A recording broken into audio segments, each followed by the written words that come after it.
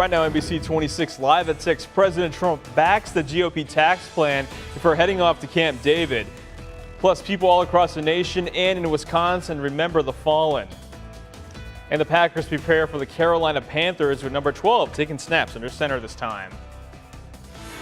We began on the national level with some adjustments. Republicans have rolled out the final version of their tax bill. Some are confident they'll have enough votes for it to pass next week. Natasha Chen explains how this could affect your wallet come next year. I'm very excited about this moment. Republican leaders are one step closer to fulfilling a promise of passing tax breaks by Christmas. Americans deserve a new tax code for a new era of American prosperity. What it does is give corporations a big break by permanently cutting their tax rates from the current 35% down to 21%. You as an individual taxpayer will see some benefits too, like a doubling of the standard deduction, though that's set to go away after 8 years. Your personal income tax rate may also lower by 1 or 2% depending on how much you make. If you have kids, that child tax credit doubles to $2,000. If that credit is more than what you owe in taxes, you get to keep most of that extra money. That refund initially wasn't enough for Florida Senator Marco Rubio. I remain surprised that there is not more consensus to support the reality that we need to do more to help working people in this country. But an increase in the refund brought him on board Friday. Senator Bob Corker also made a late decision to say yes, saying it's imperfect, but that we're better off with the bill. I think that we are going to be in a position to pass something as early as next week, which will be monumental. A monumental achievement for Republicans who have yet to pass any major bill promised to their voters. But there are senators who have yet to make their decision public, like Mike Lee, Jeff Flake, and Susan Collins. And it's unclear whether the health of Senators Thad Cochran and John McCain will allow them to come to the floor for a vote next week. In Washington, I'm Natasha Chen. Now, President Trump is confident about the tax plan. He said if it kicks in, the economy will surge. The president spoke to reporters today as he left for the White House for Camp David. Despite critics saying it's a tax benefit for the wealthy, President Trump says the plan will be good for the middle class because he feels it's going to bring companies back who are overseas. The president says economic growth in America could go from the current 3% to possibly as high as 6%. Well, we have a tremendous spirit for the tax reform. This is going to be one of the great Christmas gifts to middle-income people.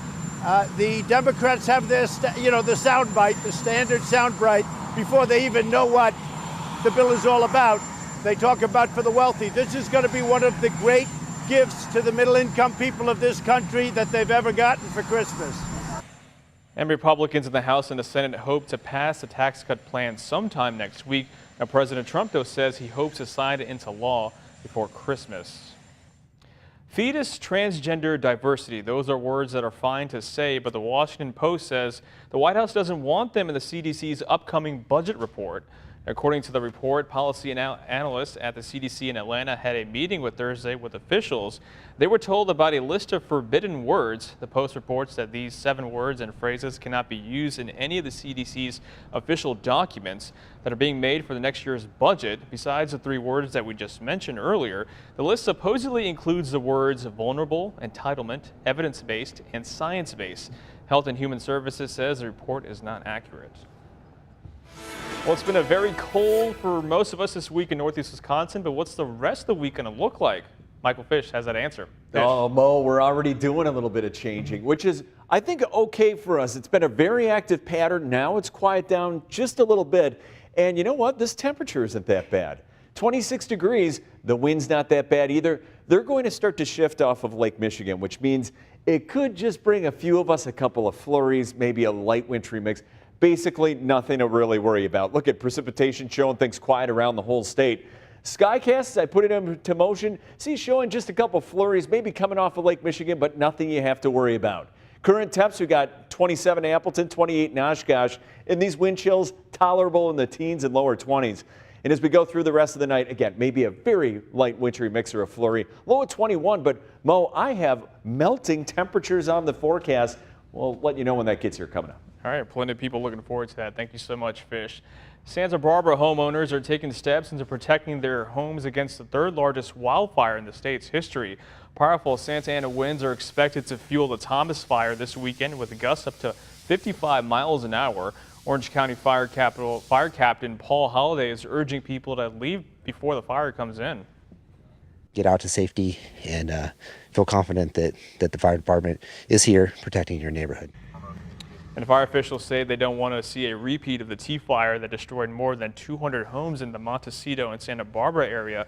That was just 9 years ago. With the season of giving, not only do you have to worry about your package possibly getting lost, but you also need to take extra steps to make sure no one steals it. Nicole Craig has more on how to recover from that loss. So you ordered the gift. The first thing you want to do is find out who's shipping it. The best way to do that is go to your confirmation email and take a look to find out who's delivering it. Jovita Acute Parker had her $1,000 iPhone X stolen right off her porch earlier this week. It's a really safe area. You know, I've never heard anything like this happen. The porch pirate reportedly turned out to be the same man who delivered it, the UPS driver. Like, oh my God, it's the same guy. Same clothes, same shoes, same cap. If this happens to you, your first call should be to police to get a report filed. In this case, Apple replaced her iPhone because they wanted to work with her. Stupidest thief ever. After police, your next call should be to the company you bought the item from. So Amazon, Walmart, Target, in her case, Apple. See if they have a policy. Consumer Report says Amazon, for example, will usually work with you and refund or replace. We reached out to Apple, Walmart, Target, and never heard back. But experts say most companies will do whatever to fix the problem because it's their reputations on the line. Not every seller will replace or refund that missing package, though. Start off by going to the shipping carrier, so in this case, the post office, and you can file a claim to start looking for that missing package. This process does take a little longer to settle, but in the end, you might get a refund. And here's a good thing to try. If the seller and the shipper won't help, check with your credit card company. A lot of major companies will at least reimburse your money if you can prove your package was never delivered. The city of Fond du Lac reporting the water payments portal is down for maintenance because it's been hacked. The city says they were told by a local bank they had a number of compromised credit cards. All had water payment portal as a common purchase. An investigation is underway at the moment. Now the city is asking people to pay their bills by mail or in person. A new report shows Wisconsin is turning local roads near the future Foxconn site into highways. The Wisconsin State Journal reports this will allow access to state road improvements, and a memo from the Legislative Fiscal Bureau shows the move could siphon more than $100 million from other highway projects statewide. Governor Walker says savings from other road projects will help cover those costs. And after 20 years of service, AOL Instant Messenger is finally signing off. AIM launched in 1997 and soon earned a coveted spot in pop culture. It was so popular it made cameo appearances in You've Got Mail and Sex and the City.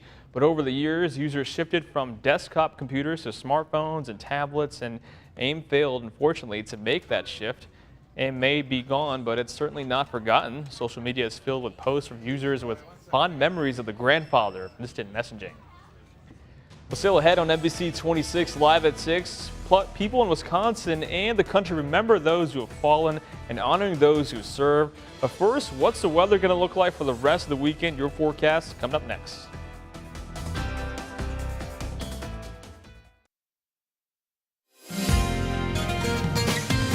And now, your NBC 26 Storm Shield forecast with meteorologist Michael Fish.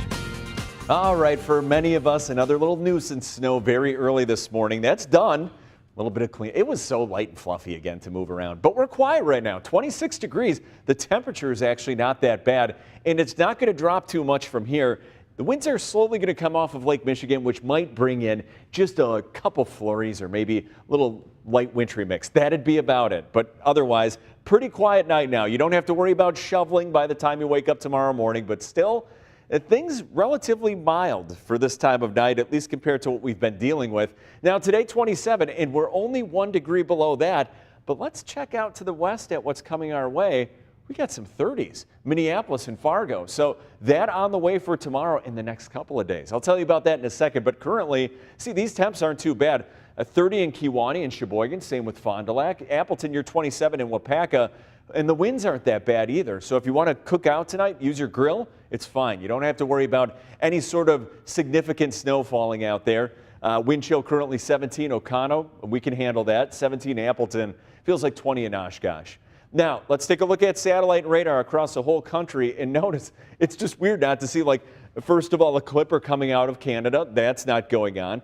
High pressure kind of in charge. That's what's bringing those winds off of the lake. Now, this is a very, very weak system, and it's kind of stationary right now. Things not moving too much, but still you see this little batch of cloudiness, and that's maybe just enough lift that as the winds come off of Lake Michigan too, we might see a couple of flurries or maybe a light wintry mix. But even on Skycast, it's barely even showing up. So that means most of our night here is actually going to be quiet. Wind's not going to be bad. Temperature not that bad either. Now, as we go through the overnight as well, looking all right by tomorrow morning. Still hanging on to those clouds, and I think we're going to hang on to plenty of them tomorrow. But still the winds coming off the lake, and they're not going to be strong, but it's just enough that you might see, again, a couple stray flurries or a light wintry mix. Very light wintry mix, I must emphasize with that. Now, here's a look at Skycast as far as tomorrow night. Still quiet. I know, this is strange to have like a quiet stretch. Going into Monday, also looking quiet, maybe some breaks of sunshine a little bit more going through Monday. So tonight, 21 degrees, that very light wintry mix possible, meaning a couple of flurries or maybe patchy freezing drizzle. That'd be about it. Nothing to worry about. And then for tomorrow, same thing, because the winds are still coming off the lake, that very light wintry mix possible in 34 degrees. Now, let's take a look at your extended forecast. How long can we keep the quiet weather going? Well, tomorrow, quiet. We're going to be above freezing. Monday, the same thing. Winds pick up on Tuesday, but still above freezing. So melting for 3 days. And then Wednesday, we cool down. And then, Mo, I'm watching Thursday and Friday. That could be a little bit more significant system. It's not one of these little clippers that move on through. This one could be different. And the track of it, kind of questionable, how strong it will be. Could it bring a couple of people rain? That's possible. But that would be later on this week. But right now, I think we deserve this quiet little stretch. I completely agree. Just enjoy the next few days before we start seeing similarities from last week. I think a lot of us need just a little bit of a break. You're right. I completely agree. You're right. Thank you so much, Fish. We'll still ahead on BC 26 live at 6. With Christmas just around the corner, Old St. Nick made a stop in northeast Wisconsin. Plus, people in Wisconsin and across the country remember those who have fallen. Thanks for staying with us. Santa's got quite a busy schedule coming up, most of us would agree, but he still made time for coming to northeast Wisconsin. This morning he made a stop at the Titletown district and met with children and their families. He's still got plenty of places to be after this, so he stayed from 10 in the morning until noon. Now with Christmas just around the corner, he's keeping his promise. I want everybody to have a Merry Christmas. And the Winter Jubilee Light Show is also going on in the Titletown district tonight. That last show is tonight at 9 o'clock. And the Green and Gold already looking ahead to next Saturday's game against the Vikings. Before fans settle into their seats, the Packers are looking for up to 600 people to shovel Lambeau Field on Monday morning. They say you must be 18 years or older, and you can also get $10 an hour, and the Packers will provide those shovels. Well, people all across the state of Wisconsin and the country honoring the brave men and women who've sacrificed their lives for freedom as part of Wreaths Across America. NBC 26's Shara Taylor has more on some Brown County veterans who were honored. Shara. Mo, earlier today at the Brown County Veterans Memorial, wreaths were placed to honor veterans for their services to this country. Representatives from each branch of the military placed a wreath at the memorial to recognize veteran contributions. The Brown County Civil Air Patrol Senior Squadron partnered with Wreaths Across America nonprofit organization to host today's event. The organization helps individuals and companies sponsor wreaths so they can be placed on veterans' headstones. Some of the participants today included area veteran groups, active military, and Civil Air Patrol. Congressman Mike Gallagher was a guest speaker. Particularly during the holidays when we're all here celebrating with our families, it's important to remember that our veteran sacrifices have made that possible. And we have active service members who are downrange right now in Iraq and Afghanistan, keeping us safe. And so this is just a great way for the local community to come together and honor that sacrifice. An event organizer tells us this year over 1 million wreaths were sponsored and will be placed in Arlington Cemetery and on headstones in all the country. Service members and volunteers will be placing wreaths at veteran grave sites tomorrow at Woodlawn Cemetery. Keeping you connected, Shara Taylor, NBC 26. It's certainly a very special day. Thank you, Shara. And also coming up next in sports, a buzzer beater for the UWGB women. Plus, our very own Charlie Sakaitis in Carolina for this weekend's game, puts Silky behind enemy lines right after.